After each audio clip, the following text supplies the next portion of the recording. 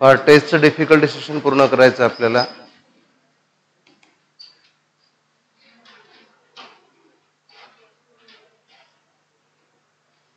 हे चुकीचे उघड लागेल.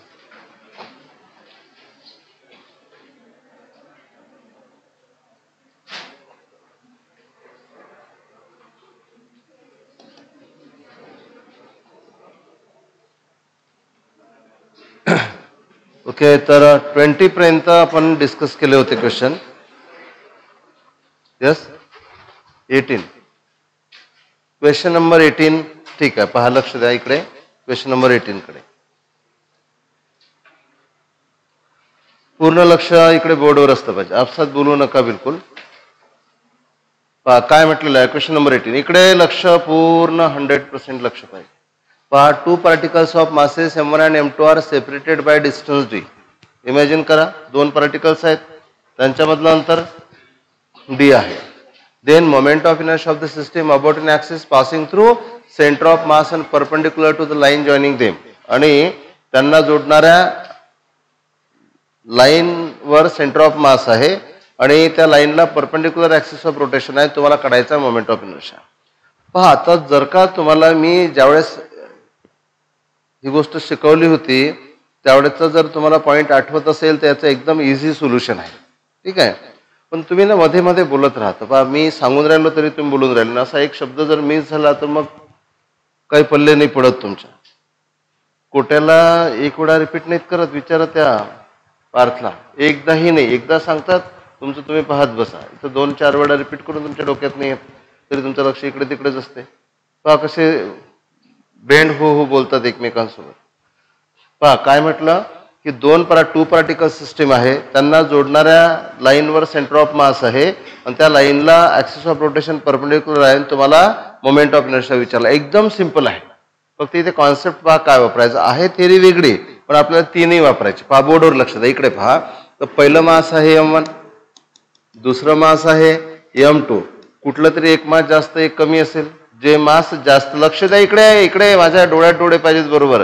जे मास जास्त असेल, बरोबर आहे, सेंटर ऑफ मास त्याच्या जवळ असेल. समजा m1 जास्त आहे तर सेंटर ऑफ मास m1 च्या जवळ, m2 जास्त असेल तर सेंटर ऑफ मास m2 च्या जवळ. या दोघांमधलं अंतर काय आहे? d. कधी d म्हटली कधी r म्हटल्या जाणार. ओके, आणि मग इथे सेंटर ऑफ मास आहे, सेंटर ऑफ मास मधून ऍक्सिस पास झाला आणि तुम्हाला काय काढायचं आहे? ऍक्सिसच्या अबाउट मोमेंट ऑफ इनर्शिया. पास सर्व प्रिपरेशन करत असताना सर्व गोष्टी डोक्यात आल्या पाहिजेत, नंतर त्याचा शॉर्टकट लक्षात ठेवायचा.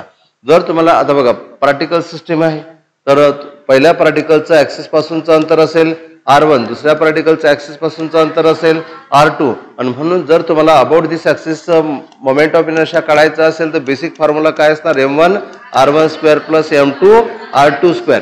पण प्रॉब्लेम असा आहे, r1 r2 are not given. What is given? Distance between 2 particles, that is d equal to r1 plus r2 is given.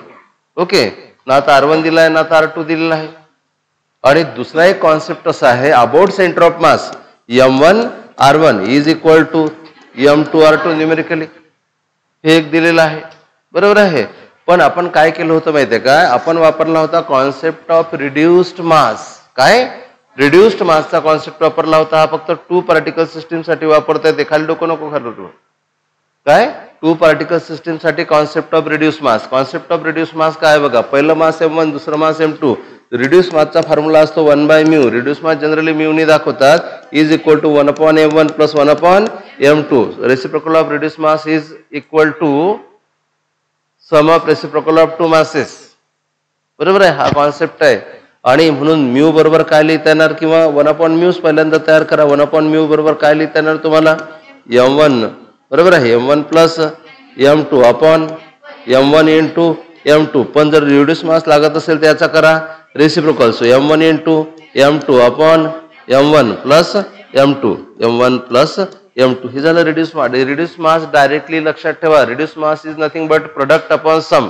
2 particle system साठी रिड्युस मास काय असतो? Product upon sum. समजलं का?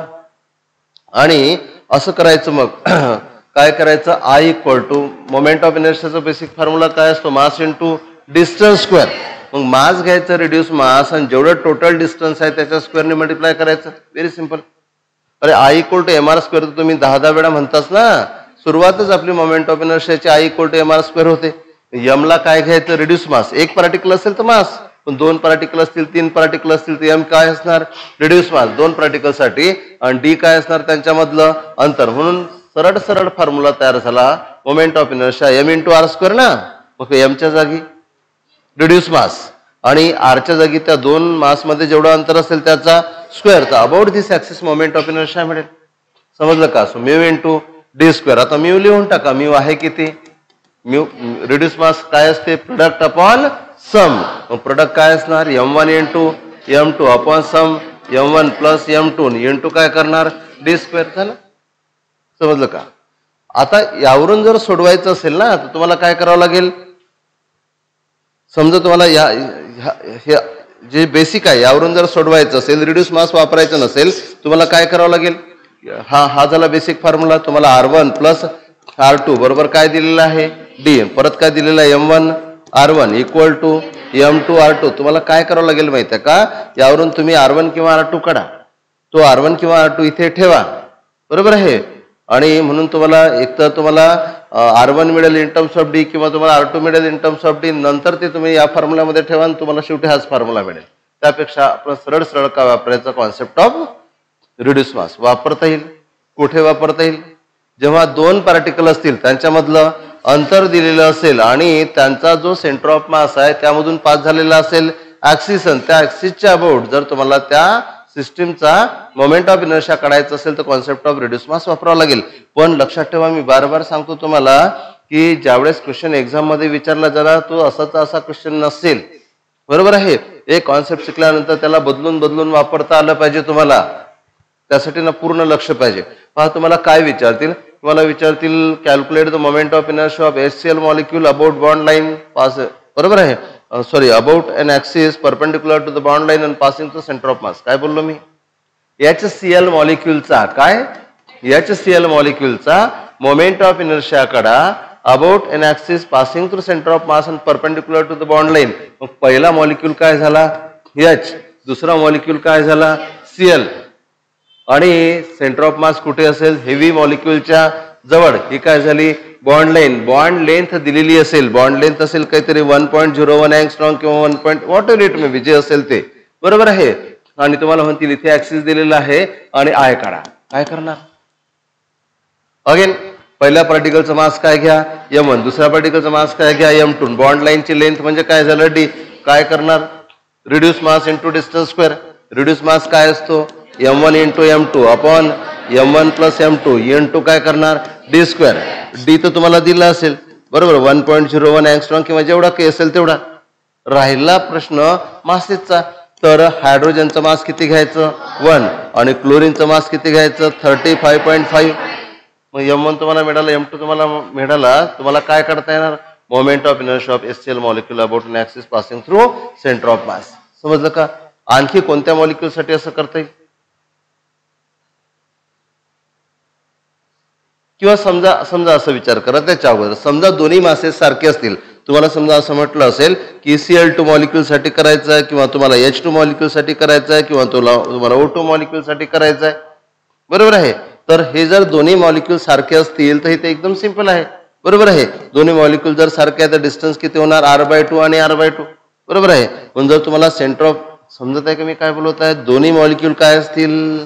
सेम असतील. बरोबर आहे. कारण डिफरंट मॉलिक्यूलसाठी तर खूप वेळा विचारलेला आहे मोमेंट ऑफ इनर्शिया. सेम साठी विचारला आहे तो फार सोपा आहे. दोन्ही मॉलिक्यूल जर सेम असतील तर दोन्ही मासेस सारखे आहेत.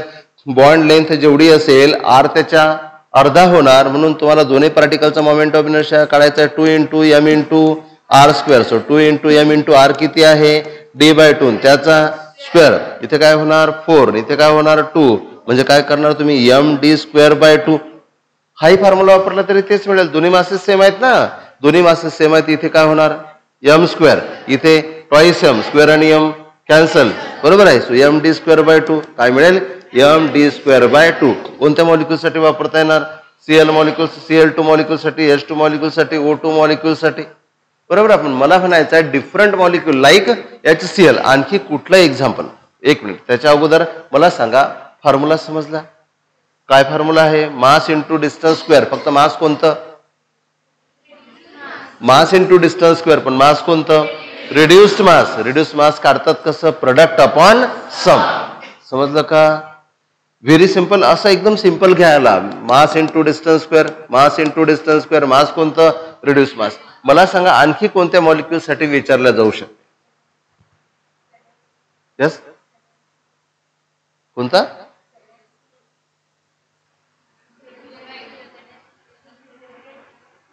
जोरान सांगा. ZnCl. पण तो गॅसियस स्टेट मधला मॉलिक्यूल असेल असे मॉलिक्यूल घेतले जातील. दुसरा काय घेऊ शकतो मी? CO घेऊ शकता. काय? CO. कार्बनचं वेट किती घेणार? कार्बनचं वेट 12 आणि ऑक्सिजनचं 16. बरोबर आहे. कार्बनचं 12 घ्या, ऑक्सिजन 16 घ्या. बॉन्ड लेंथ तुम्हाला दिलेली असेल, तुम्हाला मोमेंट ऑफ इनर्शिया काढता येईल. जमेल का? आता एक्झाम मध्ये ना असंच असा नसेल, हा तर फॉर्म्युला झाला. बरोबर आहे. एक्झाम मध्ये त्याचं अप्लिकेशन असेल. तुम्हाला 2 पार्टिकलचे ॲटॉमिक वेट जर माहिती असतील, 2 पार्टिकलचे मासेस जर तुम्हाला माहिती असतील, तर तुम्हाला सहज त्याचा मोमेंट ऑफ इनर्शिया काढता येईल about their centre of mass. 2 particle same असतील तर मग प्रॉब्लेमच नाही. प्रॉब्लेम केव्हा आहे? जेव्हा 2 पार्टिकल डिफरंट मासेसचे असतील आणि तुम्हाला मोमेंट ऑफ इनर्शिया काढायचं काम पडेल. म्हणून ती जी जनरल मेथड बुकमध्ये आहे, बहुतेक बुकमध्ये त्या मेथडने आपल्याला जायचं नाही. आपण काय वापरणार? I = μ × d². ओके. पण इतक्या वेळा झाल्यानंतर तर यार तुमच्या बिलकुल पाठ व्हायला पाहिजे. चला आणखी पुढे चला. ठीक आहे. आता काही राहिलंच नाही याच्यामध्ये. यस, 19. ओके, पहा question number 19. 2 circular iron disc are of the same thickness. प्रत्येक गोष्टीवर विचार करावा लागतो. असं खाली डोकं घालू नका बसू. 2 सर्क्युलर आयर्न डिस्क आहेत. दोन्ही डिस्कची थिकनेस सेम आहे. बरोबर आहे. आणि डायमीटर मध्ये फरक आहे. The diameter of A is twice that of B. आपण काय करू? AB ना AB, PQ, CD हे वापरायला, सिंबल वापरायला कठीण जातात. म्हणून आपण काय करू? पहिल्यासाठी 1 वापरायचं, दुसऱ्यासाठी 2 वापरायचं. इकडे लक्ष दे बेटा. ठीक आहे. कोणाचा डायमीटर कोणाच्या डबल आहे? Diameter of A is twice that of B. Diameter double आहे तर रॅडियस सुद्धा डबलच असेल. म्हणून रॅडियस ऑफ A म्हणजे R1 is 2 times radius of B म्हणजे R2. रॅडियस मध्ये फरक आहे. बरोबर आहे. Moment of inertia of A as compared to that of B. तुम्हाला काय विचारलं? मोमेंट ऑफ इनर्शिया विचारला. पहा, एकदम विचार जर केला तर खूपच चांगल्या तऱ्हेने तुम्हाला आन्सर काढता येतात. नाही तर मग ते रटाळ मेथड आहेच आहे. तर ऑब्जेक्ट कुठले आहेत? सर्क्युलर डिस्क आहेत. पहा, लक्ष द्या. ऑब्जेक्ट सर्क्युलर डिस्क आहेत आणि मोमेंट ऑफ इनर्शिया अबाउट जर काही ऍक्सिस बद्दल सांगितलं नसेल तर घ्यायचं नॅचरल ऍक्सिस ऑफ रोटेशन. मला सांगा about natural axis of rotation moment of inertia काय असतो? 1/2 m × r². आता पहा, लक्ष द्या. किती सिंपल वेनी आन्सर मिळू शकते. तुम्हाला काय विचारला? Then moment of inertia of A as compared to B. बीच्या कंपॅरिझन मध्ये Aचा मोमेंट ऑफ इनर्शिया किती असेल? डबल असेल, ट्रिपल असेल, हाफ असेल, 5 टाइम, 10 टाइम, 15 टाइम असं काहीतरी विचारलं. Aचा विचारला. बरोबर आहे. Aचीच रॅडियस कशी आहे? डबल. इकडे पहा, बोर्डवर लक्ष द्या. ते रटाड मेथड आणि ते कॅल्क्युलेशन आणि हा फॉर्म्युला तो फॉर्म्युला असं नका जाऊ तुम्ही. मला सांगा ऑब्जेक्ट कुठला आहे? डिस्क. थिकनेस कशी आहे? सेम. थिकनेस जर सेम असेल तर याचं जे मास आहे डायरेक्टली प्रोपोर्शनल टू एरिया असेल आणि एरिया प्रोपोर्शनल टू R² असेल. थिकनेस सेम आहे म्हणून. बरोबर आहे. थिकनेस जर डिफरंट असतील तर असं नसतं करता आलं आपल्याला मासला व्हॉल्यूम इंटू डेन्सिटी लिहावं लागलं असतं. पण थिकनेस सेम असल्यामुळे मास प्रोपोर्शनल टू एरिया आणि एरिया प्रोपोर्शनल टू R². मग फक्त प्रोपोर्शनॅलिटी लक्षात घ्या ना. मासच्या जागी काय आलं? R² आणि हा R² आहेच म्हणजे काय झालं? R⁴. पण Aची रॅडियस काय आहे? डबल. मग रॅडियस जर डबल आहे तर इथे फॅक्टर काय येणार? डबल. आणि त्याचा पॉवर 4. 2चा पॉवर 4 16. म्हणजे पहिल्याचे जो मोमेंट ऑफ इनर्शिया आहे दुसऱ्या डिस्कच्या मोमेंट ऑफ इनर्शियाच्या 16 टाइम्स आहे. कळलं का काय केलं? पहिल्या डिस्कचा मोमेंट ऑफ इनर्शिया दुसऱ्या डिस्कच्या मोमेंट ऑफ इनर्शियाच्या 16 टाइम्स. आता हे बुकमध्ये ना असं लिहिलेलं नसते. तिथे कंपॅरिझन केलेली असते. I2/I1, I1/I2. बरोबर आहे. आणि ते लिहिण्याच्या दृष्टीने तीच मेथड बरोबरी आहे. पण समजण्याच्या दृष्टीने हे फार सोपी आहे. पटकन इथे आन्सर मिळून जाते. जास्त ना एफर्ट्स घ्यायची गरज नाही. बाकी गोष्टीत पडायची गरज. समजलं का? काय केलं? समजलं? थिकनेस सारखी असल्यामुळे काय लिहिलं आपण?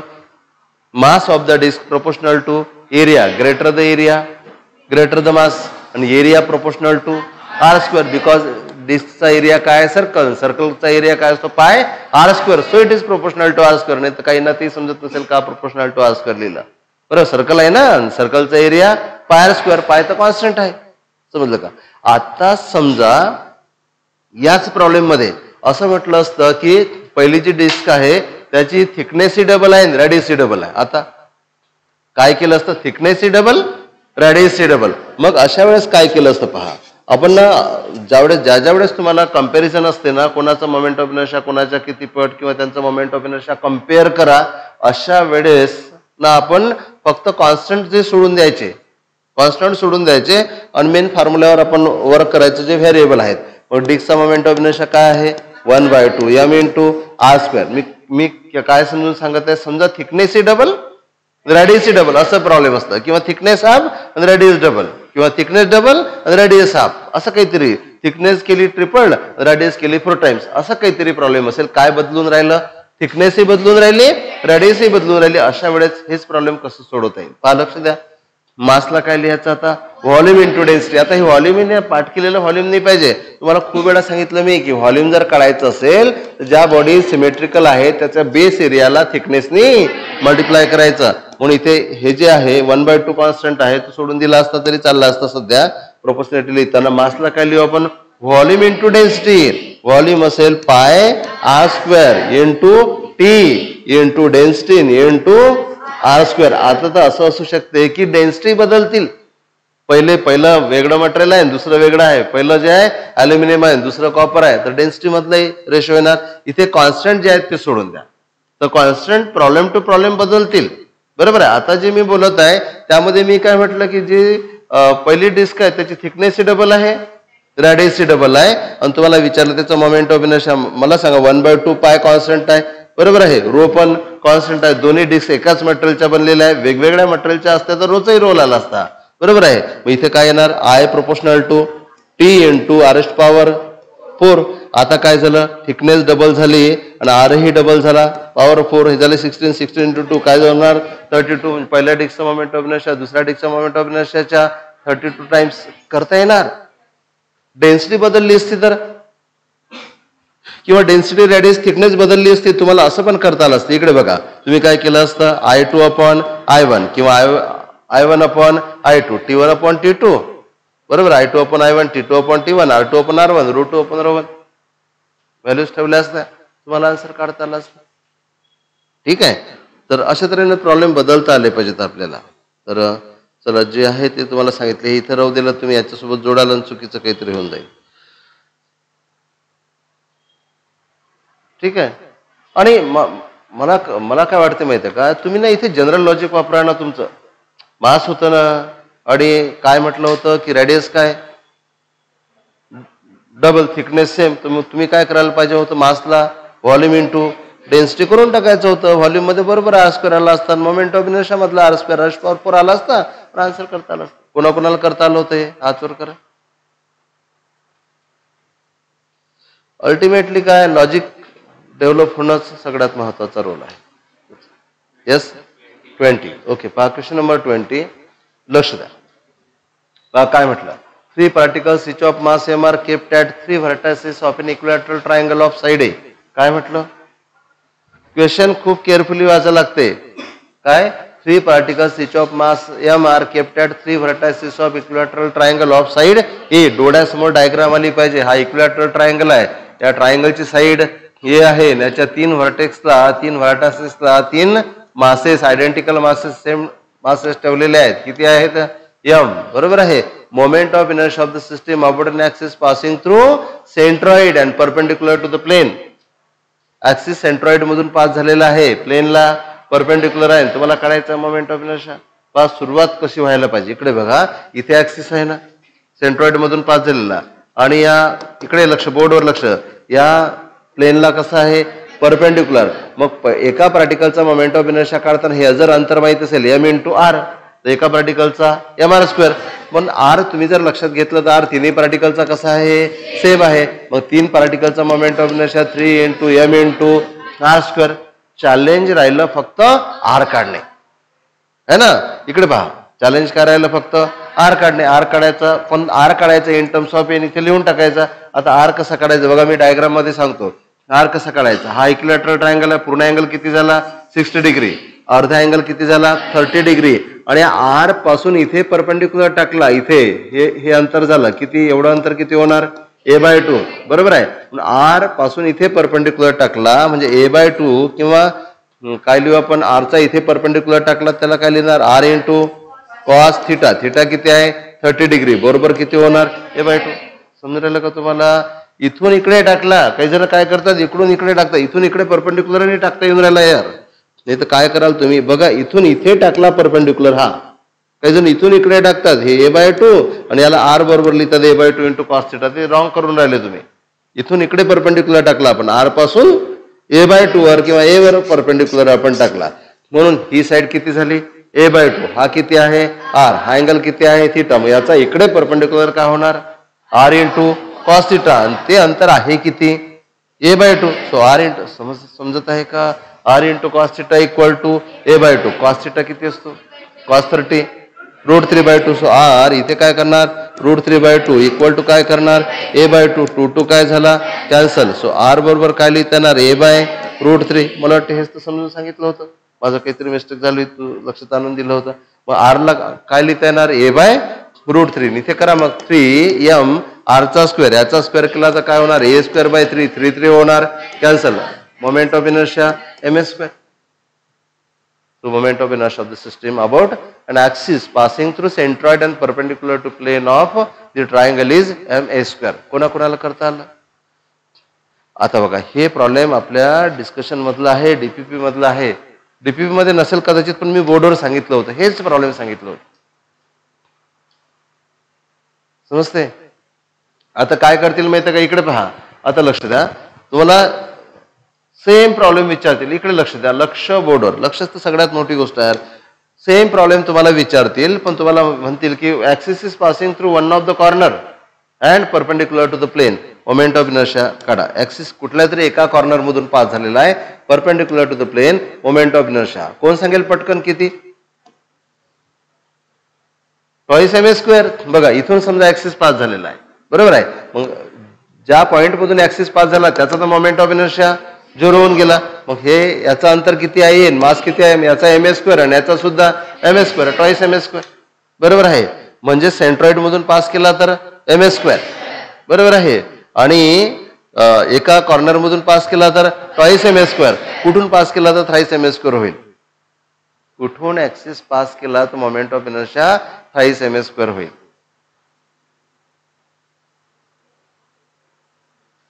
About which axis moment of inertia is thrice ma². करता येईल का त्याचे ना अनेक आन्सर असू शकतात ठीक आहे तर त्यामुळे असे क्वेश्चन नाही विचारतील पण करता येणार तुम्हाला कुठला तरी असा ऍक्सिस घेता येणार जिथे मोमेंट ऑफ इनर्शिया काय होणार थ्राइस ma². कधी कधी काय करतात ह्या ट्रायंगलची एक साइड ऍक्सिस आहे सांगा मोमेंट ऑफ इनर्शिया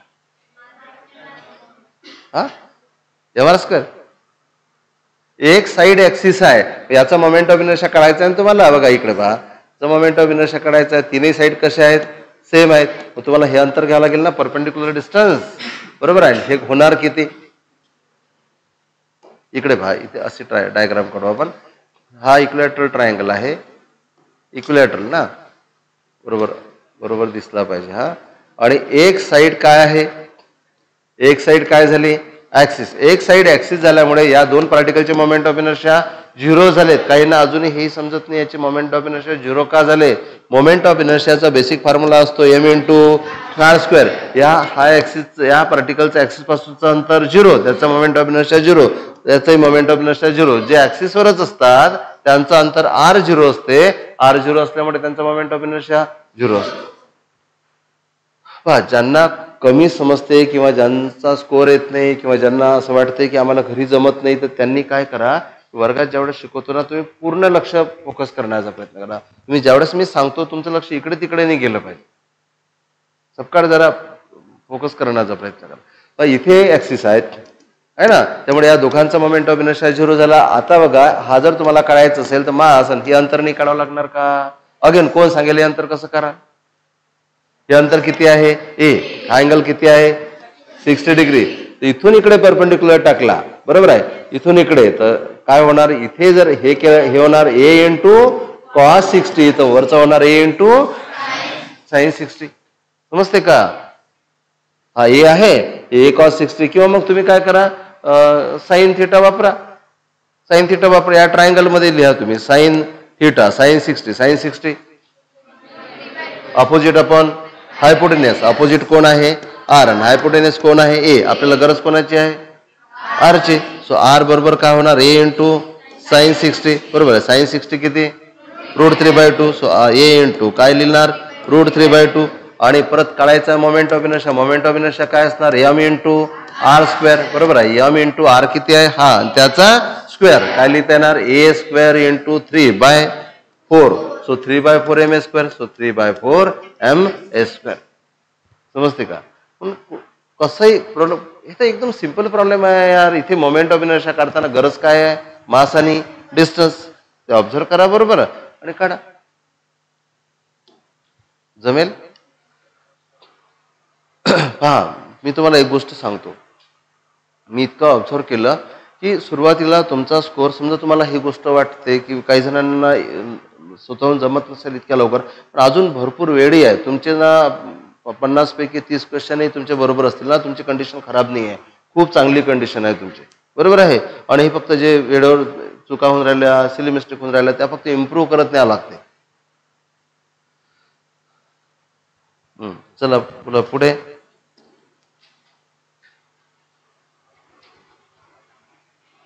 (23) पर्यंत काही प्रॉब्लेम.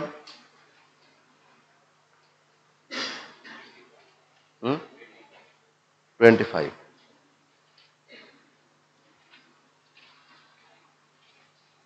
क्वेश्चन नंबर सिंपल आहे यार. इथं एल काय आहे अँग्युलर मोमेंटम, ई काय आहे रोटेशनल कायनेटिक एनर्जी. तुम्हाला रिलेशन विचारलं. इकडे पहा, या निमित्तानं मी तुम्हाला दोन्ही सांगतो. इकडे पहा, बोर्डवर लक्ष द्या. लिनियर कायनेटिक एनर्जीचा पहिला फॉर्म्युला काय आहे हाफ एम व्ही स्क्वेअर. इथे लक्ष द्या. तुम्ही एका एमनी मल्टिप्लाय केलं, एका एमनी डिवाइड केलं. बघा मी फक्त इमॅजिन करतो, तुम्हाला ते समजलं पाहिजे बरोबर. झोपलं का. तर इकडे पहा रे, त्याच्या मागे लपता तुम्ही. तर कसं येड्याक आहे का. मला पण आहे, हे तुमचंच आहे तर सगळ्यांचंच. मग काय तर इकडे पहा, एका एमनी मल्टिप्लाय केलं आणि एका एमनी डिव्हाइड केलं. इमॅजिन करा, मल्टिप्लाय केल्यामुळे वरतं काय झाला एम स्क्वेअर व्ही स्क्वेअर.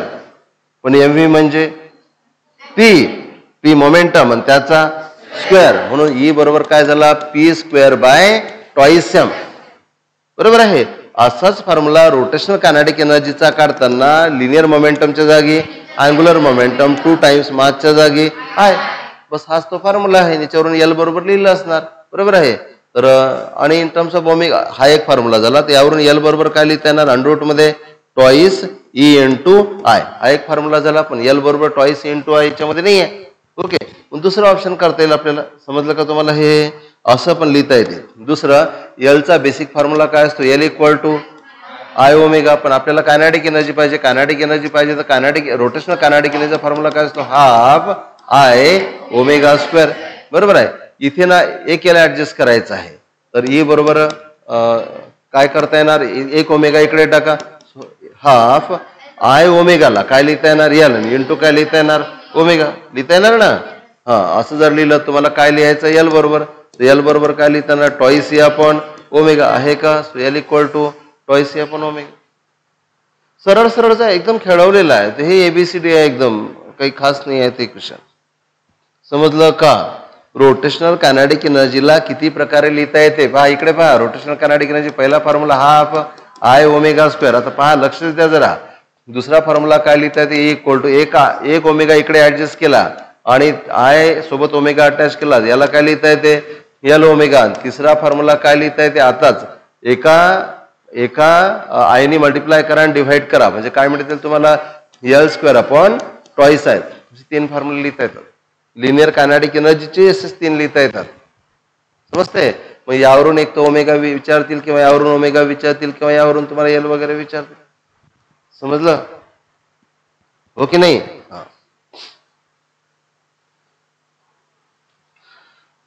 चला पुढे 30 पर्यंत सांगा.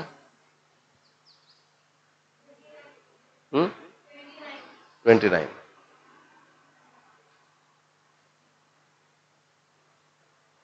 ओके, पहा क्वेश्चन नंबर 29. काय म्हटलेलं आहे? A pan containing layer of uniform thickness of ice. Imagine करावं लागतं. पॅन म्हणजे एक प्लेट आहे किंवा एक प्लॅटफॉर्म आहे. मी जेवढं सांगतो ना हे हातवारे करतो आणि तुम्ही बसता मस्त असे काहीतरी लिहित राहता. पॅन किंवा एक प्लॅटफॉर्म आहे, एक सरळ सरळ एक प्लेन सरफेस आहे, बरोबर आहे, आणि त्यावर एक युनिफॉर्म थिकनेस आहे आईसचा, बरोबर आहे. He is placed on A circular turn table. Circular turn table म्हणजे एक टेबल आहे, तो गोल फिरू शकतो, त्याच्यावर तो प्लॅटफॉर्म ठेवलेला आहे. किंवा मग आणखी सोपे शब्द सांगतो, with it centre coinciding with centre of turn table. म्हणजे काय झालं, सरळ सरळ असा विचार करा तुम्ही, ही एक प्लेट आहे, प्लेट म्हणजे त्याला एजेस वगैरे नाही आहेत, बरोबर आहे, आणि त्या प्लेटवर एक आईसचा लेअर आहे. हा झाला आईसचा लेअर, याच्यावर हा आईसचा लेअर आहे, ठीक आहे, सारख्या थिकनेसवाला आईसचा लेअर आहे. आणि ही प्लेट त्या ऍक्सिसच्या भोवती काय होऊन राहिली, फिरून राहिली. समजलं का? एक प्लेट आहे, त्यावर आईसचा थर आहे, पण आईसचा थर कसा आहे, सारखा आहे, आणि ती त्या सेंटरच्या बोट काय होऊन राहिली, प्लेट फिरून राहिली. ओके. नंतर the turn table is now rotated at constant angular velocity. या टेबलला काय केलं, फिरवलं. अँग्युलर व्हेलॉसिटी कॉन्स्टंट आहे, about axis passing to centre and perpendicular to plane earth others and driving torque is withdrawn. पहा काय केलं, लक्ष द्या. याला फिरवलं, फिरवण्यासाठी काय लावावं लागला असणार, टॉर्क. म्हणजे याला एकदा फिरून दिलं आणि फिरवण्यासाठी जो टॉर्क लावला तो काढून घेतला. टॉर्क काढून घेतला, जसा टॉर्क काढून घेतला आपला लाईट लागला पाहिजे. एक्सटर्नल टॉर्क काय झाला, 0. एक्सटर्नल टॉर्क 0 झाला म्हणजे कोणतं थेरम वापरतात, law of conservation of angular momentum. Law of conservation of angular momentum काय सांगते की या केसमध्ये आता अँग्युलर मोमेंटम काय राहणार आहे, कॉन्स्टंट. अँग्युलर मोमेंटम काय असते, L equal to I omega. I कमी झाला तर ओमेगा वाढेल, आय वाढला तर ओमेगा कमी होईल. यात कुठेतरी बसणार आहे, असा लाईट लागला पाहिजे, बरोबर, बरोबर आहे. फॉर्म्युले पाठ करून थोडं होते फक्त. ओके, तर हे समजलं ना, ऑब्जेक्ट काय आहे, ही डिस्क नाही आहे केवळ, त्या डिस्कवर काय आहे, आईसचा थर आहे. आईसचा म्हणा किंवा वॅक्सचा म्हणा किंवा कोणताही सबस्टन्स जो मेल्ट होऊ शकतो त्याचा एक युनिफॉर्म थर दिलेला आहे. आता ड्रायव्हिंग टॉर्क काढून टाकला. There is no friction between table and pivot. Table आणि पिव्होट मध्ये काही फ्रिक्शन नाही आहे, म्हणजे एनर्जी लॉस नाही आहे. As the ice melts, ice जसं मेल्ट होईल का होणार, पहा लक्ष द्या. आईसचा पूर्ण थर आहे ना इथे, आईस जसं मेल्ट होईल हे आईस पडून जाईल खाली, वॉटर होऊन. आईस मेल्ट होईल, त्याचं वॉटर होईल आणि ते पडून जाईल. मग जसं हे वॉटर दूर दूर जाणार, बरोबर आहे, तर मध्ये वॉटर निघून जाणार. वॉटर जर निघून गेलं बाहेर, पडून गेलं, तर what about moment of inertia, moment of inertia नाही, वॉटर तर निघूनच गेलं ना, फक्त डिस्क राहिली. त्या डिस्कवर काय होतं, आईस होतं. आणि हे आईस जर निघून गेलं, तुम्ही विचार करा, जेवढं मास डिस्कचं असेल ना, आईस तेवढंच असू शकते. आणि ते आईस जर निघून गेलं तर मोमेंट ऑफ इनर्शिया पूर्ण मास निघून गेला आईसचं. डिस्कचा मोमेंट ऑफ इनर्शिया काय असतो, हाफ mr². एकसारखं आईस होतं ना, ते आईस निघून गेलं. आईस निघून गेलं तर रॅडियस जेवढे आहे तेवढीच राहील, फक्त काय कमी होणार, मास. समजते का? असं विचार करा ना, की एक प्लेट आहे, त्याच्यावर आईस आहे, बरोबर आहे, रेडियस आर आहे. आईस जर पूर्ण निघून गेलं, ते मेल्ट झालं. मेल्ट झाल्यानंतर सेंट्रिफ्युगल फोर्समुळे ते बाहेर फेकलं जाणार, खाली पडून जाणार. जसं ते खाली पडून गेलं, फक्त काय राहिली, डिस्कचं मास काय असेल, कमी. त्यामुळे मोमेंट ऑफ इनर्शिया काय होणार, कमी होणार. मोमेंट ऑफ इनर्शिया कमी झाला तर ओमेगा वाढेल, म्हणून ती जी डिस्क आहे ती जास्त वेगात, जसं जसं आईस मेल्ट होत जाणार तसा त्या डिस्कचा ओमेगा वाढत वाढत जाईल. समजलं का? असं ओमेगा इन्क्रीजेस. कशामध्ये बसला प्रॉब्लेम, समजलं? L equal to I omega. जसं आईस मेल्ट होणार, मास काय होणार, आईस जसं मेल्ट होणार, मास काय होणार, कमी. मास कमी होणार तर आय काय होणार, कमी. आय जेवढा कमी होणार, ओमेगा तेवढा वाढेल. So I go on decreasing आणि ओमेगा गो ऑन इन्क्रीजिंग. त्या डिस्कचा स्पीड वाढत वाढत जाणं. बघा, आपण इमॅजिन नाही करू शकत. आपल्याला काय वाटतंय की एकदा फोर्स काढून घेतला, आपण कोणताही ऑब्जेक्ट जनरली काय करतो, फॅन आहे, कुठलाही ऑब्जेक्ट आहे किंवा एखादा भोर आहे, त्यावर फोर्स लावला आणि फोर्स काढून घेतला की त्याचा स्पीड कमी कमी होत जातो. पण या केसमध्ये उलट होणार, बरोबर आहे. जसं आईस निघून जाणार, आय गो ऑन डिक्रीजिंग आणि omega go on increasing. Omega वाढत वाढत जाईल. पण फर्स्ट इन्क्रीजेस नंतर डिक्रीजेस असं काहीतरी असेल तर मग थोड्याशा वेगळ्या केसेसमध्ये जावं लागते. So angular velocity decreases no, वाढेल. Angular velocity increases, angular velocity remain unchanged no, moment of inertia remain unchanged no. काय होणार? मोमेंट ऑफ इनर्शिया डिक्रीजेस आणि अँग्युलर व्हेलॉसिटी इन्क्रीजेस. असं ते चुकलं असेल पण तुम्हाला समजलं असेल. काय आहे मग आन्सर? नाही आपला आन्सर काय येणार करेक्ट? Angular velocity increases. याच्यामध्ये काय आहे? तर त्याला चेंज करून घ्या. हा आय कमी होईल ना, मास वाढणार नाही, ते मास खाली पडून जाईल. युनिफॉर्म थिकनेस म्हटलेला आहे ना, युनिफॉर्म थिकनेस सेंटरला नाही आहे की नाही? अच्छा मग हे थोडं सिच्युएशन मध्ये आपल्याला चेंज. इकडे पहा, ते बरोबर आहे, हे बरोबर. इकडे पहा, लक्ष द्या. आपण काय केलं? इकडे लक्ष द्या. आपण काय केलं? फक्त एवढी डिस्क घेतली है ना. ऐका इकडे, आपण काय केलं? एवढी डिस्क घेतली आणि इथे काय घेतलं? आईस, आणि हे आईस खाली पडून राहिलं. ओके. दुसरं काय केलं माहितीये का? आपण टर्न टेबल सोडून दिला. इथं काय केलं? आता हा मोठा टेबल आहे. ओके. ही डिस्क इथं आहे है ना. टर्न टेबल घेतलेला, मोठा टेबल घेतला, ही डिस्क इथं आहे. या डिस्कवर काय आहे? आईस आहे. तर हे जे आईस मेल्ट झालं, ते आईस काय होणार? दूर जाणार. आईस जर दूर गेलं ड्यू टू सेंट्रिफ्युगल फोर्स, तर mass go away from the axis, mass go away from the axis. So I increases, omega decreases. Problem कशामुळे झाला समजलं का? आपण फक्त पहिल्यांदा डिस्क रोटेटिंग घेतली होती, म्हणजे केवळ डिस्क रोटेटिंग घेतली तर आन्सर वेगळं येणार, आणि ते डिस्क टेबलवर ठेवली तर आन्सर वेगळं येणार. पॉईंट क्लिअर झाला का? परत आणखी उलट मुद्दा चांगला झाला. कळलं का? केवळ जर डिस्क असती तर आईस काय झालं असतं? मेल्ट होऊन खाली पडलं असतं, तर स्पीड वाढला असता. पण हे आईस प्लेट कशावर ठेवलेली आहे? टेबलवर. त्यामुळे आईस मेल्ट होणार, आणि ते मेल्ट झालेला आईस काय होणार? टेबलवर ऍक्सिस पासून दूर जाईल. पण अल्टिमेटली जर विचार केला, लक्ष द्या, अल्टिमेटली जर विचार केला, जोपर्यंत आईस मेल्ट होऊन दूर जाणार तोपर्यंत आय वाढेल, ओमेगा कमी होईल. एकदा आईस मेल्ट होऊन खाली पडलं नंतर अगेन तेच होणार है ना.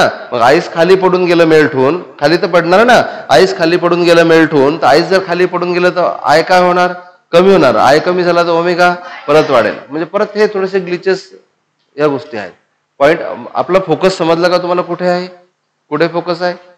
आईस मेल्ट झाल्यामुळे आयवर काय परिणाम होईल? आय जर वाढला तो ओमेगा कमी, आय जर कमी झाला तर ओमेगा वाढेल. मग ते जर आईस, ते जर वॉटर त्या टेबलवरच काही वेळासाठी थांबलं आणि दूर गेलं ऍक्सिस पासून, तर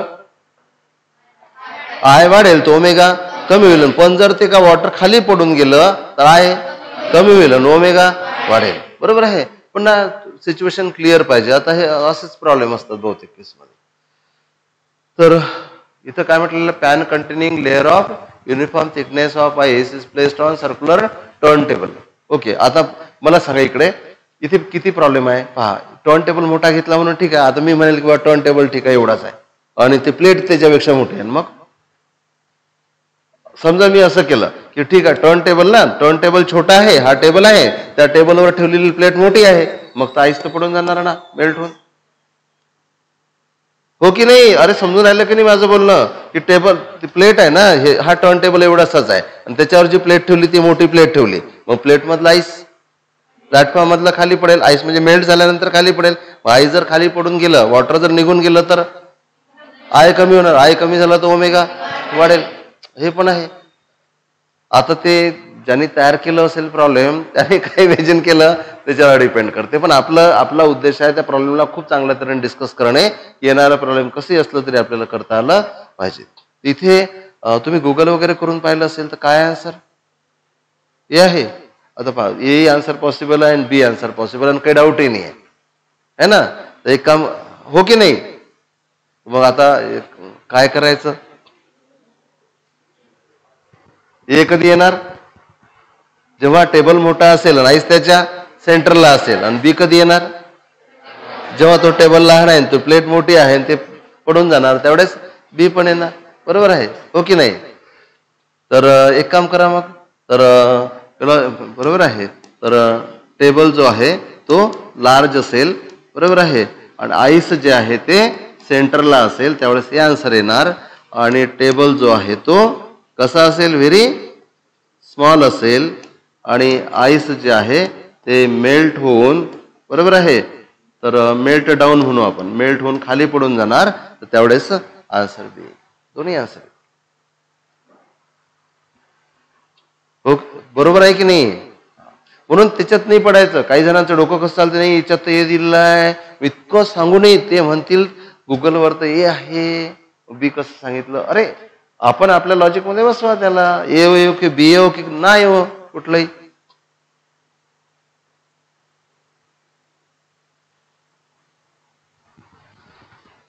चला ठीक आहे.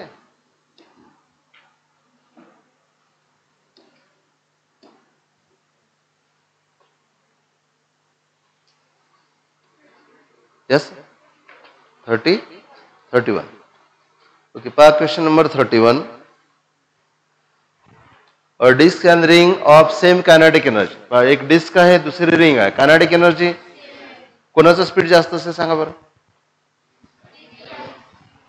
ज्याचा आय कमी त्याचा ओमेगा जास्त. अरे कायनेटिक एनर्जी सेम म्हटलं ना, ई इक्वल टू काय असते, हाफ आय ओमेगा स्क्वेअर.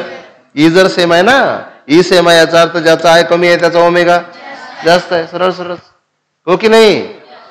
हा, तर एक डिस्क आहे, दुसरं रिंग आहे, कायनेटिक एनर्जी सेम आहे आणि brought to rest by application of torque, in which case work done is more in bringing to rest.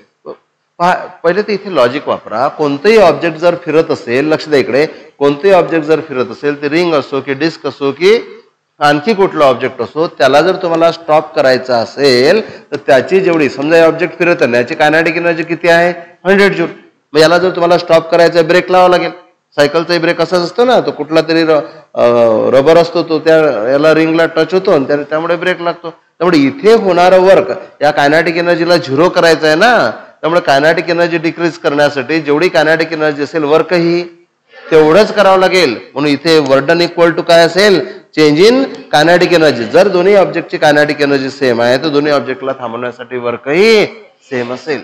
मग काहींचं डोकं ते मगाशी जे मी सांगितलं त्यात चालते, किंवा म्हणजे अर्थात ते ठीक आहे ना, किंवा काय असेल ज्याचा वेग जास्त असेल त्याला थांबवायला जास्त एफर्ट्स लागतील असं नाही. एफर्ट्स कशावर डिपेंड आहे, कायनेटिक एनर्जीवर. एफर्ट्स कोणाचा स्पीड जास्त आहे आणि कोणाचा आय कमी आहे जास्त आहे त्याच्यावर नाही आहे. बरोबर, हा पंखा थांबवायचा आहे, किती वर्क लागेल, जेवढी त्याची कायनेटिक एनर्जी आहे तेवढं वर्क लागेल. बरोबर आहे.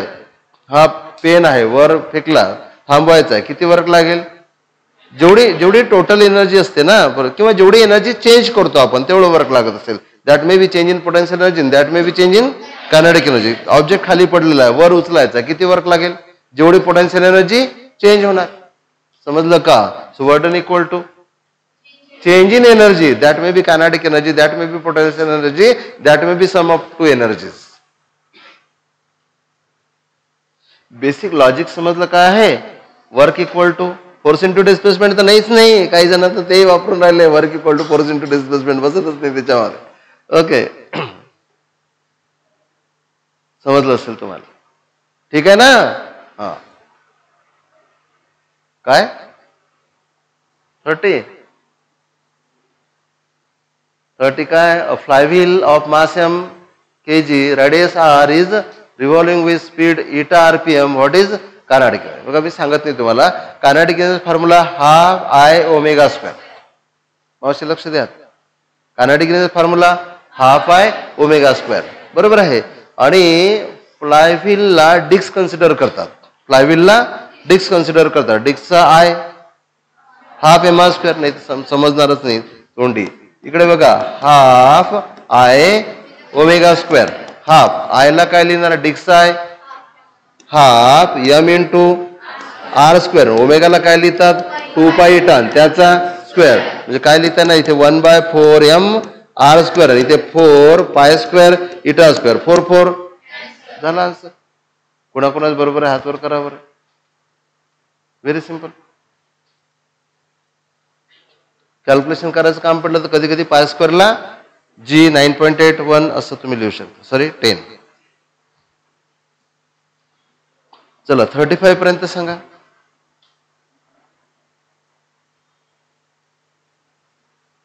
35 पर्यंत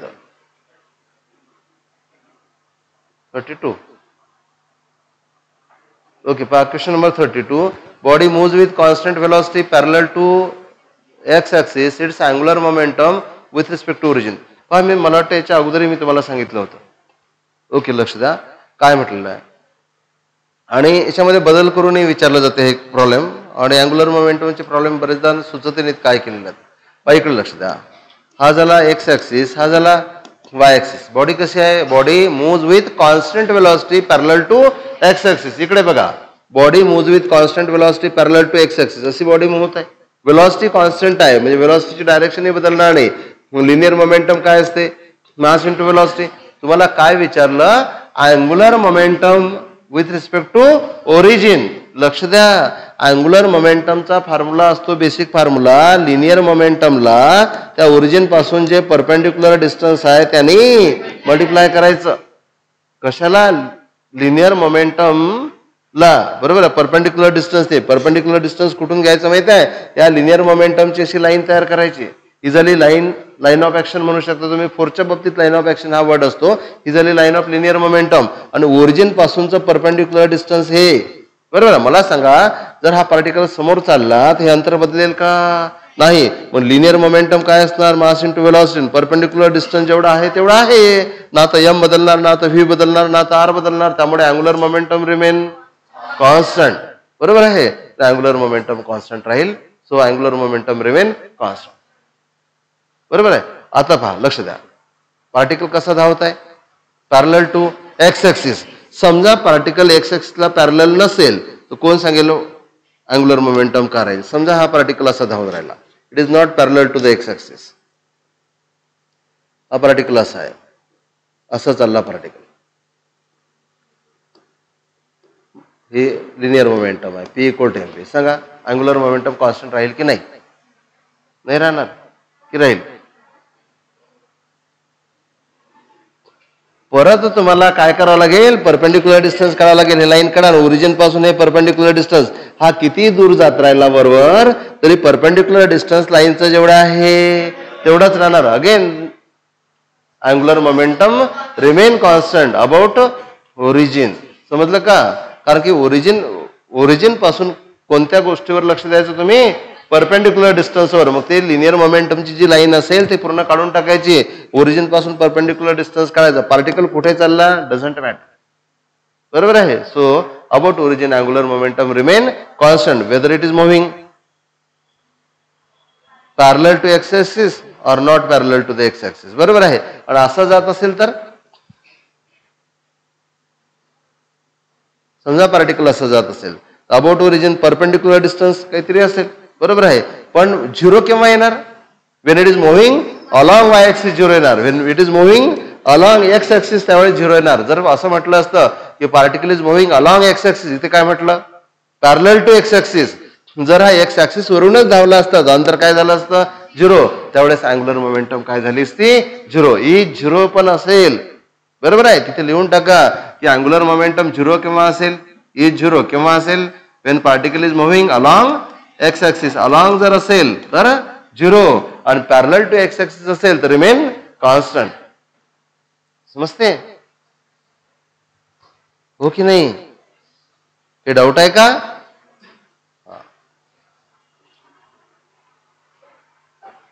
चला पुढे 35 पर्यंत ओके क्वेश्चन नंबर 35 मला वाटतं सोपा आहे क्वेश्चन नंबर 35 पहा moment of inertia of disc of mass m and radius are about an axis passing through midway between center and circumference and perpendicular to plane एकदम सिंपल आहे इकडे पहा ही काय आहे डिस्क लक्ष इकडे आणि अबाउट दिस ऍक्सिस आपल्याला मोमेंट ऑफ इनर्शिया माहिती आहे हा ऍक्सिस सेंटर ऑफ मास मधून पास झाला इथला मोमेंट ऑफ इनर्शिया काय होणार आयसी जो किती असतो 1/2m r². दुसरा ऍक्सिस पाहत असताना तुम्ही बोर्डवर काय समजेल दुसरा ऍक्सिस कुठून पास झाला मिडवे बिटवीन सेंटर अँड रिम बरोबर आहे centre and circumference Midway between centre and circumference इथून पास झाला दुसरा ऍक्सिस कोणता थेरम वापरावा लागेल पॅरलल ऍक्सिस थेरम या पॉइंटला काय म्हणणार ओ बरोबर इथला मोमेंट ऑफ इनर्शिया काय हो, दोन ऍक्सेस मधलं अंतर h इक्वल टू r/2 पूर्ण r आहे, तर हे अर्ध अंतर h इक्वल टू r/2, तर IO equal to IC plus mh². IC किती 1/2 mr² प्लस h किती आहे r/2 त्याचा स्क्वेअर, हा 1/2 mr² आणि हा 1/4 mr². बघा याला कसं करायचं, इकडे पहा, याला 2 नी वर आणि खाली मल्टिप्लाय करायचं, म्हणजे 2/4 mr² आणि हा 1/4 mr², म्हणजे 4 खाली common, 2 mr² plus 1 mr², 3. So it is 3/4 mr². काय वापरलं? Parallel axis theorem. समजलं का? पण हे सुचलं पाहिजे त्या वेळेवर की आपल्याला पॅरलल ऍक्सिस थेरम वापरायचा आहे. इथला मोमेंट ऑफ इनर्शिया माहिती आहे ना, दुसरा ऍक्सिस इथून पास केला आणि पहिला सेंटर ऑफ मास मधून पास झालेला आहे, हा कुठूनही पास करा, हा रिमवरून करू शकता, किती अंतरावरून करू शकता, बरोबर आहे. तुम्हाला हे अंतर आपल्याला इथे काढायचं काय आहे हे अंतर माहित असलं पाहिजे. कधी कधी काय असते दिलेलं माहिती आहे का, हे अंतर दिलेलं असतं की हा जो ऍक्सिस आहे हा इथून r/4 अंतरावर आहे, बरोबर आहे. मग रिम पासून r/4 आहे, तर हा किती असेल, त्या r मधून तो r/4 मायनस करा, दॅट इज h. आणि आन्सर वेगवेगळे येतील. असं नाही की मग असंच विचारतील म्हणून. समजून राहिलं का? बदलून प्रॉब्लेम तुम्हाला सोडवता आलं पाहिजे. प्रत्येक प्रॉब्लेम वाचताना याच्यात कसं बदल करता येईल असा विचार करा, तर कुठे तुम्हाला बरोबर जमतील. आणि ज्यावेळेस तुम्ही एक्झाम फेस करणार, काही ना काही बदललेलं असते. अर्धे प्रॉब्लेम्स असतील जे तुमचे क्रॉस झालेले असतील, बरोबर आहे, अर्धे जवळपास थोडे ना थोडे बदललेले असतील. समजलं का? हा दुसरा ऍक्सिस कुठेही घेतला तरी करता येणार. काय वापरायचं, IO equal to IC plus mh². आणि कशावर फोकस करायचा, h काढण्यावर.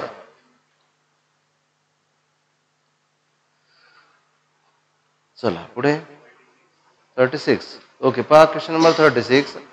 काय म्हटलेलं आहे, moment of inertia of a solid sphere of mass m and radius r about diameter is 2/5 mr². About diameter moment of inertia दिलेला आहे. अबाउट डायमीटर म्हणजेच natural axis of rotation about an axis passing through centre of mass, हा moment of inertia दिला आहे. 2/5 mr². दिला नसेल तरी तेवढाच असतो तो. ओके, आणि काय विचारला, तर calculate moment of inertia about parallel axis passing through a point at a distance of r/2 from the center. मग यार तेच तर ते झालं आता जे सांगितलं ते. इकडे पहा, इकडे बोर्डवर लक्ष द्या. हा स्पियर आहे, हा डायमीटर झाला ना, पण हा कुठून पास झाला, सेंटर मधून. हा काय झाला, IC. दुसरा ऍक्सिस किती अंतरावरून पास केला, r/2. इथे r/2, बरोबर आहे. आणि आता हा या डायमीटरला पॅरलल दाखवला नाही तरी चालते, कारण की मग समजा असं म्हटलं असतं की हा डायमीटर असा, या ऍक्सिसच्या अबाउट काढा, हा सेंटर पासून अंतर दिलं असतं, या ऍक्सिसला तुम्ही असं करून टाकलं असतं, दोन्ही शेवटी झाले पॅरललच, बरोबर आहे.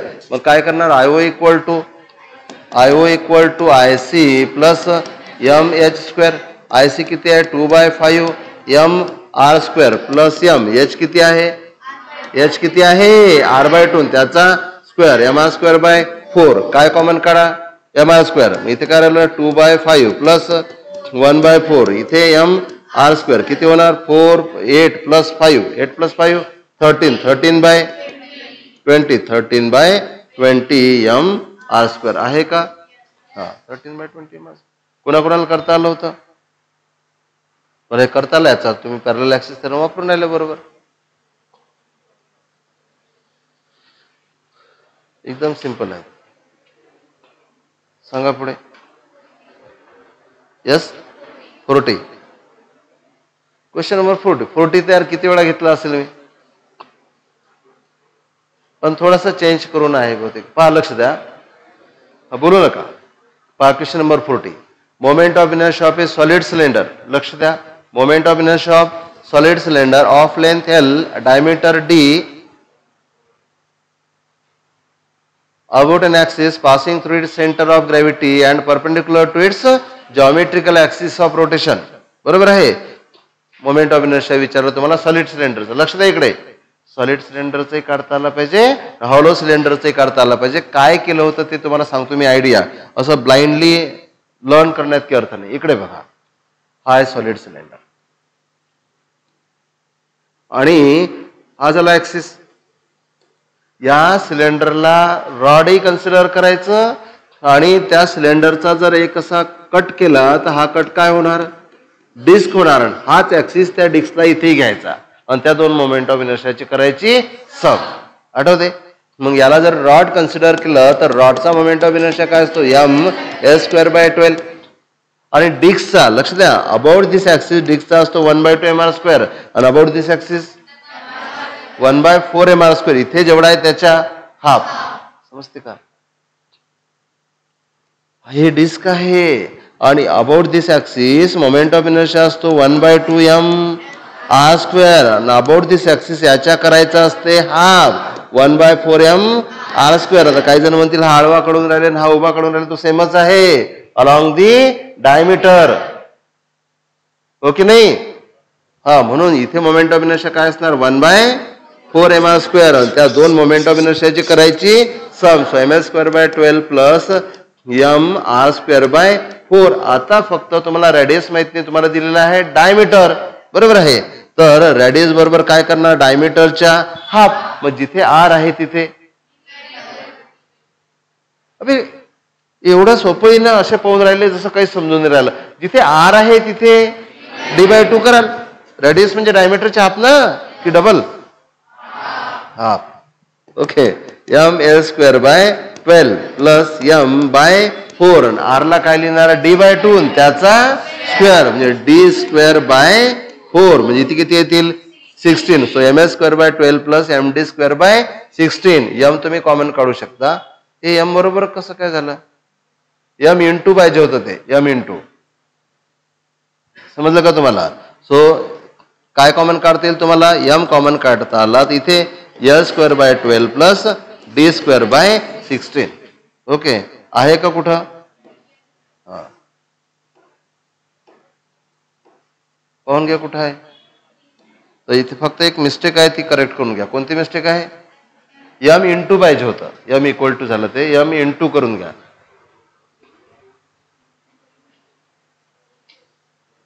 आणि समजा हॉलो सिलेंडर असतं तर रॉड तोच घेतला असता, पण डिस्कच्या जागी रिंग घेतली असती. मग रिंगचा मोमेंट ऑफ इनर्शिया mr², असा हाफ mr². जिथे mr²/4 लिहिलं ना तिथे हाफ mr² लिहिलं असतं, बाकी सगळं काही सेम. चला 45 पर्यंत सांगा. 42 जमलं? ओके बा 42 पाहू. काय? यस. हा 44 तर नंतर येते ना. 42 पाहू. 41 ट्युशन आहे. मग हे 40 कायला सांगतात ट्युशन आहे. 947 असतं झालंय. बरं असू द्या, राहिलेले आणि पुढचा पार्ट आपल्याला ऑसिलेशनचा कंटिन्यू करायचा आहे उद्यापासून. तेवढी रेकॉर्डिंग बंद करता का?